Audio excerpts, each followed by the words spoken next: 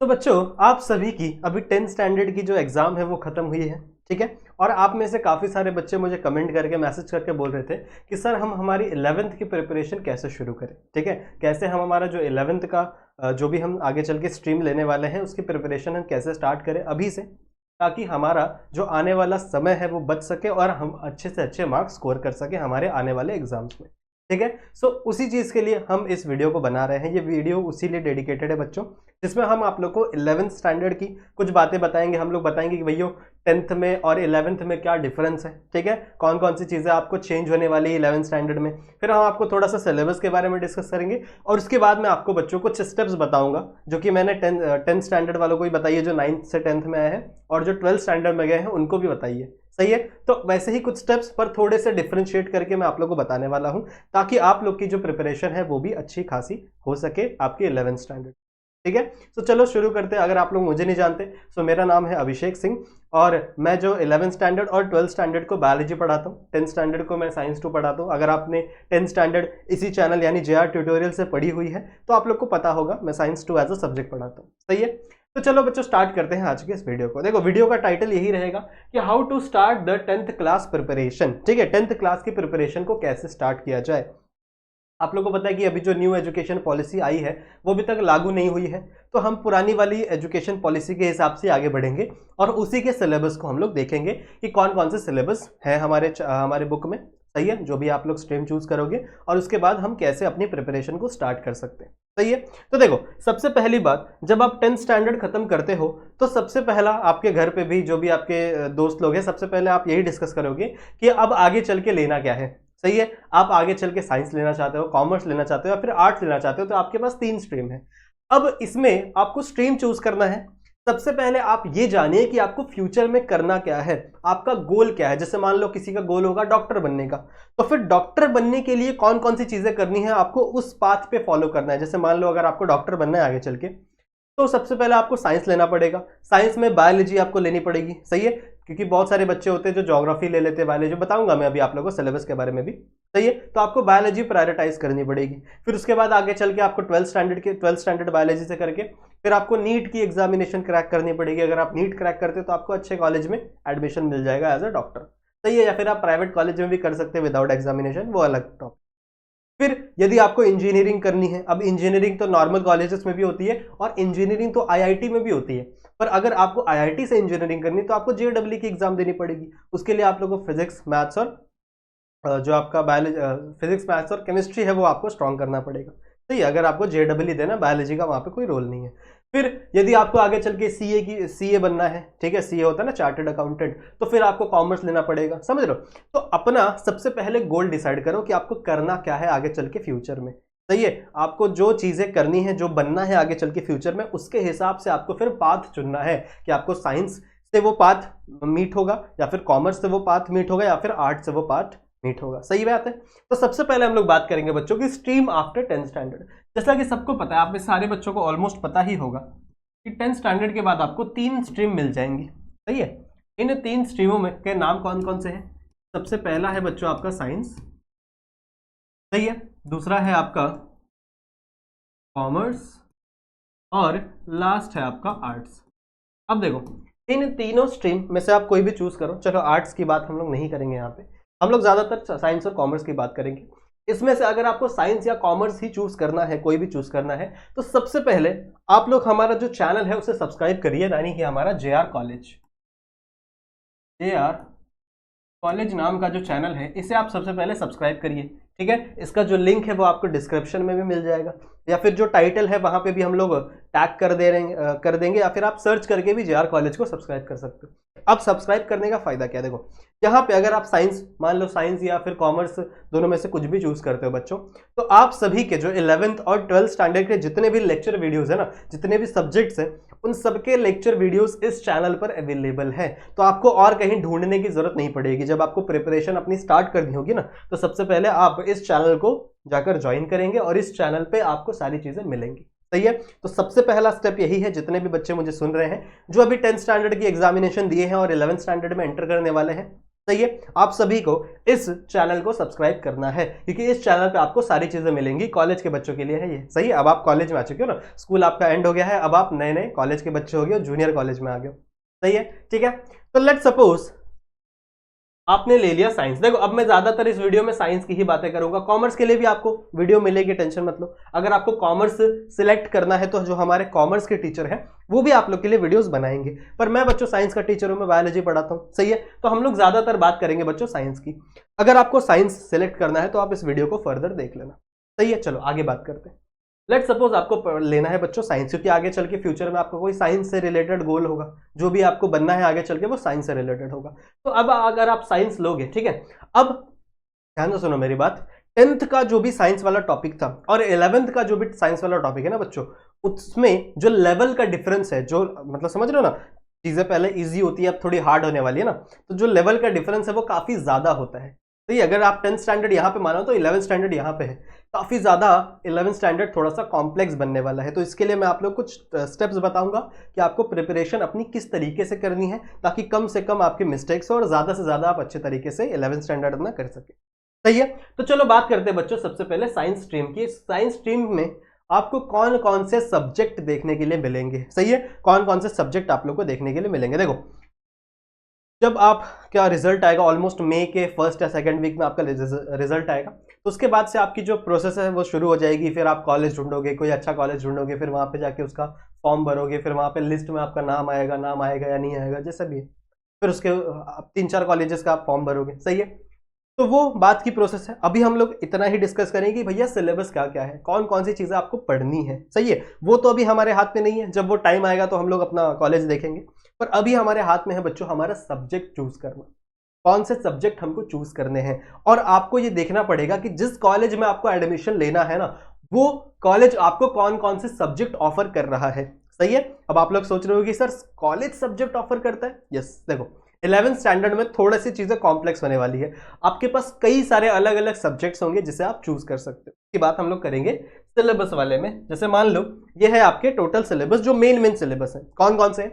सबसे पहला है आपका कंफर्म, आपको इंग्लिश लेना ही पड़ेगा, इंग्लिश आप पढ़ोगे। सही है, उसके बाद आप ले सकते हो बच्चों हिंदी या फिर मराठी, दोनों में से कोई भी एक सब्जेक्ट ऑप्शनल है। या तो आप हिंदी ले सकते हो अगर आप हिंदी स्पीकिंग ऑडियंस हो, अगर आप मराठी स्पीकिंग ऑडियंस हो, अगर आप महाराष्ट्रन हो तो आप मराठी ले सकते हो एज अ सब्जेक्ट। सही है, फिर उसके बाद आपको फिजिक्स, केमिस्ट्री, मैथमेटिक्स तो लेना ही पड़ेगा और आप बायोलॉजी भी ले सकते हो। पर देखो इन सारे सब्जेक्ट्स में कुछ ऑप्शंस भी आपको मिलेंगे, ध्यान से सुनो। अगर आपका कॉलेज बच्चों सीएस ऑफर कर रहा है, तो मान लो आपका कॉलेज बोल रहा है कि भाई हमारे पास सीएस भी है। सीएस का मतलब होता है कंप्यूटर साइंस। अगर आपको आगे चल के आईटी में कुछ करना है, कंप्यूटर में कुछ करना है, चलो मान लो मुझे डॉक्टर ये सब नहीं बनना, पर मुझे आगे चल के आईटी इंडस्ट्री में कुछ करना है, तो बच्चों आप सीएस ले सकते हो। या फिर एक और सब्जेक्ट होता है बच्चों आपका आईटी। ठीक है, ये दो सब्जेक्ट होंगे आपके, सीएस या फिर आईटी। अगर आपने सीएस सिलेक्ट किया, जैसे मान लो आपने ये सारे सब्जेक्ट, कुछ कुछ सब्जेक्ट इसमें कंफर्म है, कुछ कुछ ऑप्शनल है।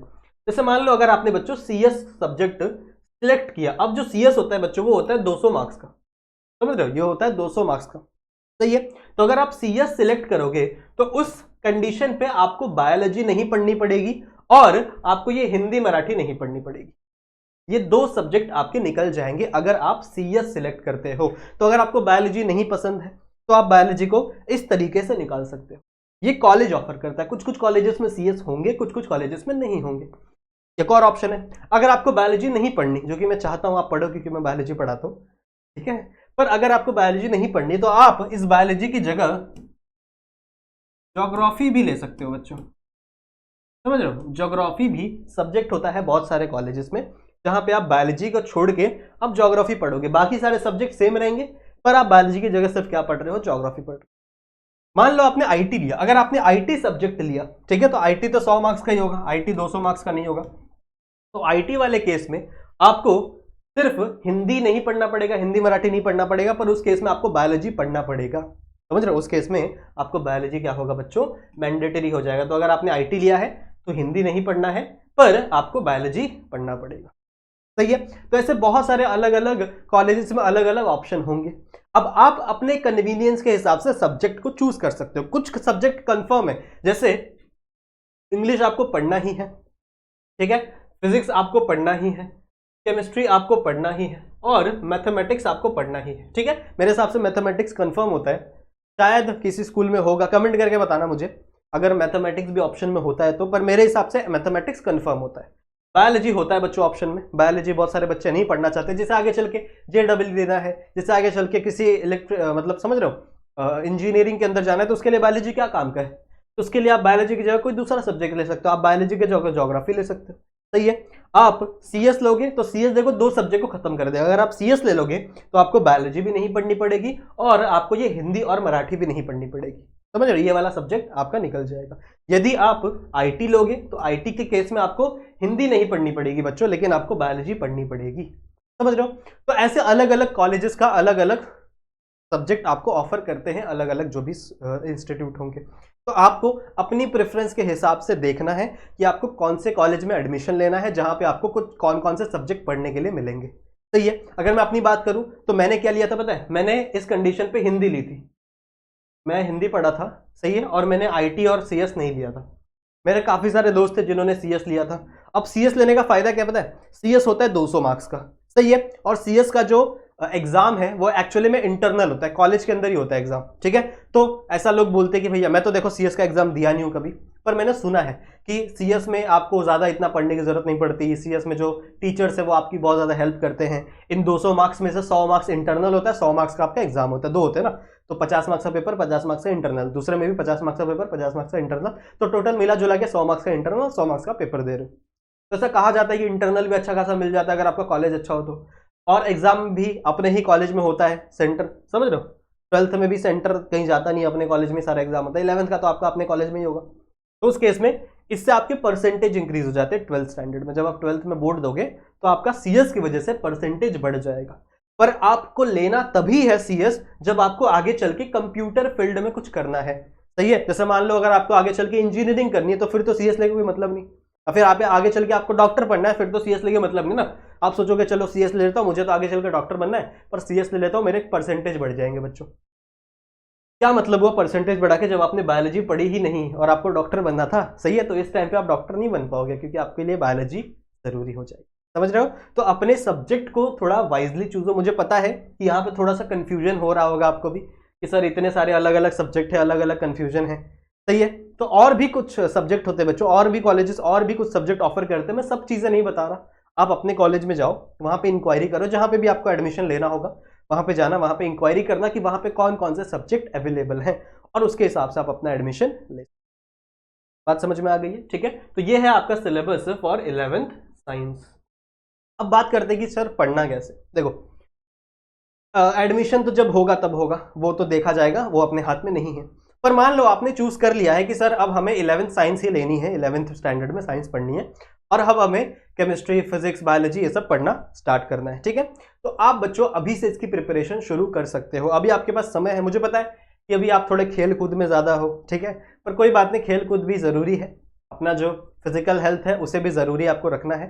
ठीक है, खेल कूद भी जरूरी करनी है, पर आपको पढ़ाई भी साथ साथ कंटिन्यू करनी है। सही है, और मेरी तुम लोग को एक रिकमेंडेशन रहेगी कि अभी के टाइम पे धूप में ज्यादा घूमना मत, क्योंकि टेम्परेचर बहुत ज्यादा बढ़ गया है आज के टाइम पे ना, जो गर्मी है वो काफी ज्यादा हो गई है। अभी जब मैं वीडियो बनाने लग रहा हूँ तो बाहर का जो टेम्परेचर है वो ऑलमोस्ट 41-42 डिग्री हो गया, समझ रहे हो, तो काफी ज्यादा टेम्परेचर हो गया है, गर्म गर्म हवाएं चल रही है। तो इस कंडीशन पे आप बाहर जाना अवॉइड ही करो, शाम के टाइम खेला करो। ठीक है, तो इस टाइम पे आप, जो दोपहर का टाइम है, इस टाइम पे आप अपना जो समय है वो अपने प्रिपरेशन में डाल सकते हो। ठीक है, अपने 11th स्टैंडर्ड के प्रिपरेशन में स्टार्ट कर सकते हो। अब ये कैसे करोगे आप?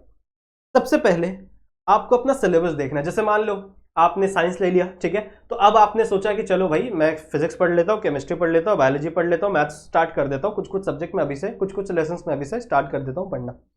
तो आप क्या करोगे? सबसे पहले टेक्स्ट बुक लोगे। सही है, टेक्स्ट बुक आप अपने किसी भी आसपास के पड़ोसी से, या फिर कोई भी जो 11th स्टैंडर्ड से 12th स्टैंडर्ड में गया उससे आप ले सकते हो, या फिर आप ऑनलाइन भी डाउनलोड कर सकते हो, फ्री अवेलेबल है सारे के सारे टेक्स्ट बुक।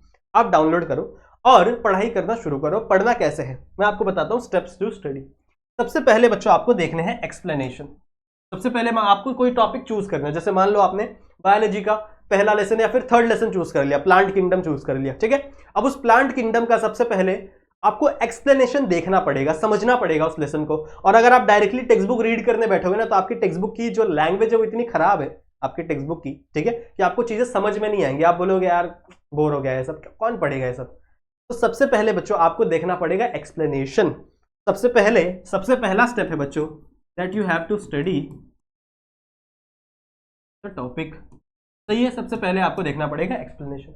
अब ये एक्सप्लेनेशन करेगा कौन? जैसे मान लो आप अभी से कोई क्लासेस जा रहे हो तो वहां पे आप एक्सप्लेनेशन देख सकते हो, कोई ट्यूशन जा रहे हो वहां पे देख सकते हो। अगर आप कोई क्लासेस ट्यूशन नहीं जा रहे हो तो सिंपल सी बात है, आप यूट्यूब पर देख सकते हो। यूट्यूब पे हर चीज आपको फ्रीली मिल जाएगी, इतना बड़ा सोर्स है ना यूट्यूब, जहां पे आपको हर एक चीज फ्रीली मिल जाएगी, बस आपको ढूंढना आना चाहिए और आप डिस्ट्रैक्ट मत होना कोई भी चीजों में। सही है, सबसे पहले आपको देखना है एक्सप्लेनेशन। आप कहां ढूंढोगे? ज्यादा दूर मत जाओ ढूंढने बच्चों, आपका जो JR कॉलेज, हमारा जो JR कॉलेज चैनल है पे आपको जाना है, ठीक है। वहां से आप जाओगे प्लेलिस्ट के सेक्शन में, सही है। तो वहां पे बच्चों आपको जो भी सब्जेक्ट पढ़ना है उस सब्जेक्ट की आपको प्लेलिस्ट मिल जाएगी, सही है। वहां पे आपको उन सारे सब्जेक्ट की प्लेलिस्ट मिल जाएगी। जैसे मान लो आपको बायोलॉजी पढ़नी है तो आप 11th बायोलॉजी के प्लेलिस्ट में जाओगे, 11th बायोलॉजी के प्लेलिस्ट में जाओ, ठीक है। वहां पर lesson by lesson, lecture by lecture, lecture by lecture हम लोग ने सारी चीजें अपलोड की हुई है। अब आपको पूरा लेसन एक साथ नहीं पढ़ना, ऐसा नहीं करना कि यार चलो 3rd लेसन स्टार्ट किया मैंने पढ़ना प्लांट किंगडम और मैं पूरा का पूरा लेसन एक ही बार में देख लेता हूं, ऐसा नहीं करना है आपको। आपको मैक्सिमम बच्चों 1 से 2 वीडियो ही देखनी है, आपको सिर्फ 1 से 2 वीडियोज ही देखनी है, सही है। तो 1 से 2 वीडियो देखो, आपको कुछ चीजें समझ में आ जाएंगी, जो चीजें मैं आपको पढ़ा रहा हूं वहां पे, सही है, तो आपको वो चीजें वहां पे समझ में आ जाएगी। तो एक्सप्लेनेशन वाला काम हो गया। अब दूसरा काम क्या हो गया? जैसे ही आपको कुछ चीजें समझ में आ गई, सेकेंड स्टेप है बच्चों that you have to read the text book. अब आपको अपनी टेक्स्ट बुक को रीड करना है। अब देखो, अब आपको बोर नहीं होगा टेक्स्ट बुक रीड करने में। ऐसा क्यों? क्योंकि अब आपको चीजें समझी हुई हैं। पहले अगर आप डायरेक्टली टेक्स्ट बुक बैठ के पढ़ोगे तो आपको चीजें नहीं समझ में आएंगी, सही, आपको लगेगा यार ये क्या बकवास लिखा हुआ है। पर अगर आप एक्सप्लेनेशन में देखोगे, उसके बाद आप टेक्स्ट बुक रीड करोगे तो आपको बेटर तरीके से चीजें समझ में आएंगी। And this is most important step. अगर आप टेक्स्ट बुक रीड नहीं करोगे ना बच्चों तो आपके बहुत सारे मार्क्स जा सकते हैं, क्योंकि टेक्स्ट बुक के लाइन से ही सारी चीजें आती है। तो it is very important step, 2 star बना ले, बहुत इंपॉर्टेंट स्टेप, सही है। अब जब आप इन चीजों को पढ़ोगे, जब आप एक्सप्लेनेशन देखोगे, टेक्स्ट बुक रीड करोगे तो आपको चीजें समझेंगी। पर उसके साथ साथ काफी सारे बच्चों के साथ ऐसा भी हो सकता है कि उनको आएगा डाउट, ठीक है, उनको आएगा डाउट, वो सोचेंगे कि यार ये मेरे को नहीं समझ में आया, या फिर ये ऐसी चीज है जिसको मेरे को कोई क्वेश्चन है मेरे मन में जो मैं पूछना चाहता हूँ। अब आप किससे पूछोगे? अगर आप क्लासेस जा रहे हो तो वहां पे तो आप अपने टीचर से पूछ सकते हो, लेकिन अगर आप यूट्यूब पे हो तो क्या करोगे? तो भैया आपको डाउट पूछना है, you have to ask the doubt. आपको डाउट पूछना है। कहां पूछोगे? आप मुझसे पूछ सकते हो, आप मुझसे डायरेक्टली कांटेक्ट कर सकते हो, ठीक है। मेरे इंस्टाग्राम पे आ जाना, ये मेरे इंस्टा की आईडी है बच्चों, मैंने कई बार ऑलरेडी बताई हुई है। कई बच्चे वहां पर जुड़े हुए हैं, कई बच्चे वहां पर मुझसे रोजाना डाउट पूछते हैं, बहुत सारे बच्चे वहां पर मुझसे जुड़े हुए, ठीक है। सो आप भी आ सकते हो, आपको जो भी डाउट है, जब आप पढ़ रहे थे, एक्सप्लेनेशन देख रहे थे, तो अगर आपको कोई भी डाउट है तो आप इस आईडी पे आ सकते हो और मुझे मैसेज कर सकते हो कि सर मैं आपका ये वीडियो देख रहा था और मुझे यहाँ डाउट आ गया, तो मुझे प्लीज मेरा डाउट क्लियर करवा दो, और मैं आप लोग का डाउट वहां पे क्लियर कर दूंगा। अब 3 स्टेप हो गया। पहला स्टेप क्या था? एक्सप्लेनेशन, आपने एक्सप्लेनेशन देखी। दूसरा स्टेप क्या था? आपने टेक्स्ट बुक रीड की। और थर्ड स्टेप था बच्चों आपने डाउट पूछ लिया।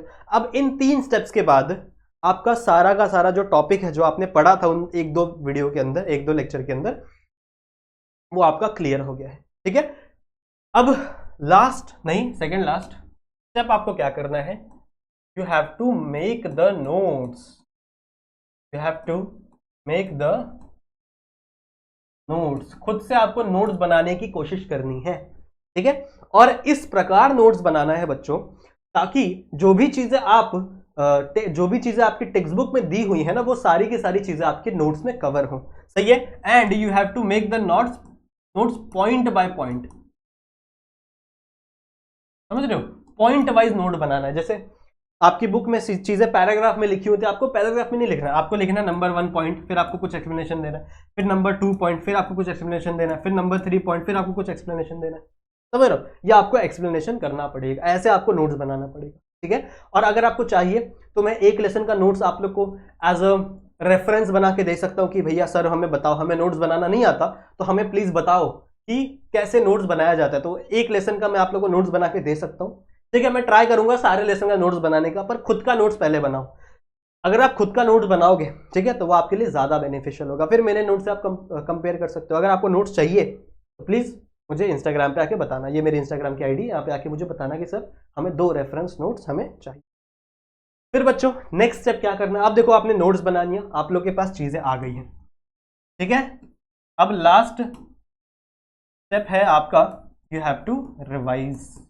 आपको उन चीज़ों को पढ़ना है, रिवाइज करना है, जिससे ये चीज़ें जो लाइन लिखी हुई हैं ये आपको याद हो जाएंगी, समझ में आ जाएंगी, फिर आप उन चीज़ों को अपने हिसाब से एग्जाम में लिख सकते हो। एक स्टेप और मैं ऐड करना चाहूंगा बच्चों, आप लोग PYQ सॉल्व कर सकते हो, ठीक है। PYQ का मतलब क्या होता है? प्रीवियस ईयर क्वेश्चन पेपर, ठीक है। पिछले साल के जो क्वेश्चन पेपर हैं ऑनलाइन आप लोगों को मिल जाते हैं, ठीक है। या फिर बहुत सारी बुक्स होती हैं, जैसे उत्तम की कुछ बुक्स होती हैं, वहां पे आप लोग को मिल जाती है, नवनीत की कुछ बुक्स होती है, सही है। तो इन बुक्स का आप PDF डाउनलोड करके वहां से जो प्रीवियस ईयर, जो पिछले साल के आए हुए क्वेश्चन पेपर जो है, उसमें जो क्वेश्चंस दिए हुए हैं उस टॉपिक से रिलेटेड जो टॉपिक आपने पढ़ा है उसे आप सॉल्व कर सकते हो, उसके आंसर्स आप लिख सकते हो, जिससे आपको ये आइडिया होगा कि क्वेश्चन पेपर में क्वेश्चंस कैसे आते हैं, जो हमारा क्वेश्चन पेपर होगा उसके अंदर किस प्रकार से क्वेश्चंस पूछे जाते हैं, ठीक है। तो आप ये भी कर सकते हो, जिससे आपकी प्रिपरेशन अच्छे से होगी, सही है। So these are some steps जहां पे आप लोग अपनी प्रिपरेशन को बूस्ट कर सकते हो, ठीक है। अब ये तो बात हो गई साइंस की। देखो मैं साइंस का टीचर हूं तो मैं ज्यादातर साइंस की ही बात करूंगा, ठीक है। जो कॉमर्स वाले बच्चे हैं, आप लोग के लिए एक वीडियो बनाई जाएगी, जो हमारे गौरव सर या फिर सूरज सर बना देंगे, जो हमारे कॉमर्स एक्सपर्ट है, ठीक है। तो आप लोग के लिए भी वहां पे वीडियो बनाई जाएंगी, या फिर वीडियोस ऑलरेडी बन गई है मेरे हिसाब से, कुछ 2 वीडियोस है ऑलरेडी। JR कॉलेज पे चले जाना, JR कॉलेज पे चले जाना, वहां पे भी आपको कुछ वीडियोस मिलेंगी, ठीक है। सो आई होप आप लोग को जो ये वीडियो मैंने बनाई है, ये जो वीडियो है वो आप लोग के लिए हेल्पफुल रही होगी, ठीक है। तो मिलते हैं बच्चों किसी अगले लेक्चर वीडियो में, जहां पे मैं आपको कुछ चीजें एक्सप्लेन करूंगा, ठीक है। तब तक के लिए अपनी पढ़ाई करते रहो, अपना ख्याल रखो एंड कीप स्टडिंग।